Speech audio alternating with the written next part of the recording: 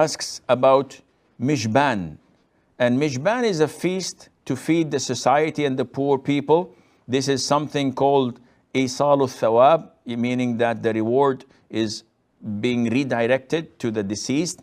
And this total arrangement is for my late parents and late brother-in-law. He says, my wife keeps arguing with me that this is all non-Muslim traditions.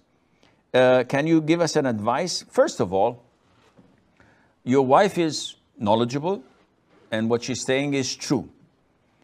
In Islam, if a person dies, we are to mourn that person for 3 days, with the exception of a widow. She mourns for 4 months and 10 days. But normal people, a father died, a brother, a sister, a wife, he mourns for 3 days. Meaning that he may prevent himself from wearing perfume, or from having a bath, or from wearing nice clothes out of sadness. But after the 3rd day, it's over. He must not continue mourning.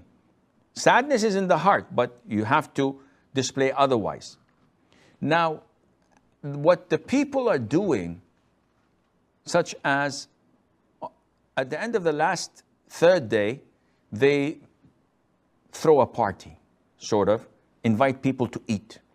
And then on the 7th day or the 10th, and then the vast majority do it on the 40th day.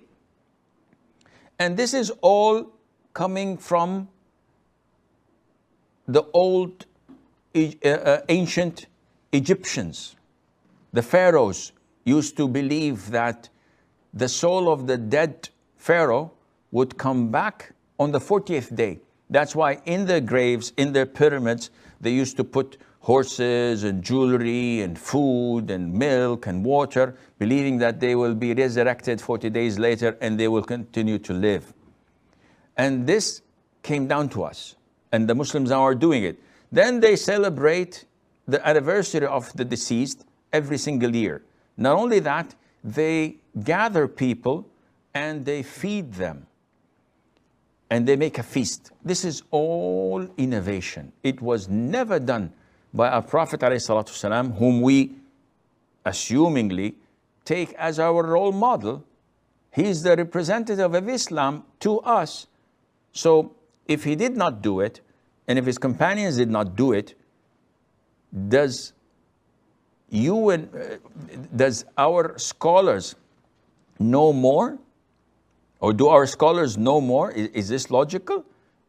Do those who preach and insist on these innovations invading us, do they know more than the Prophet ﷺ?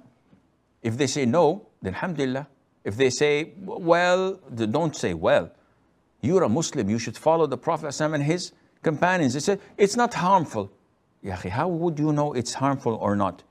If you do not follow the footsteps of the Prophet ﷺ, you will be misguided to somewhere else. You will not end up in paradise. If you follow his footsteps, you will definitely end up with him, with the grace of Allah Azza wa Jal. So this is totally not acceptable, and it is an innovation. You want to benefit the deceased, you love them and you want to benefit them, here's what you should do. 1, make dua. So whatever you make dua, oh Allah, have forgiveness over my deceased so-and-so. Oh Allah, expand his grave. Oh Allah, fill it with light. Oh Allah, give him from your bounties and favors and blessing. Oh Allah, do this. Dua. Ask Allah for forgiveness, forgive his sins, etc. Number 2, give charity.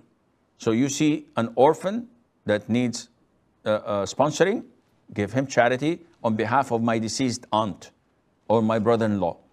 You see a masjid is to be built, you give them from their money. You see an Islamic satellite channel, like Zad, like Huda, and you want something that is generating on and on good deeds and thawab and reward, sponsor them, give them money. And this would ensure that they are continuing to give da'wah. Number 3, you have performed your own Umrah. Number 4, you have performed your own Hajj once in a lifetime. Then you can perform Umrah or Hajj on behalf of a deceased. You don't have to go there physically. You appoint someone who goes to perform Umrah and Hajj on their behalf, pay him the money, and this does the job, and inshallah you have benefited them. Definitely far greater and more than feeding the poor or having a feed.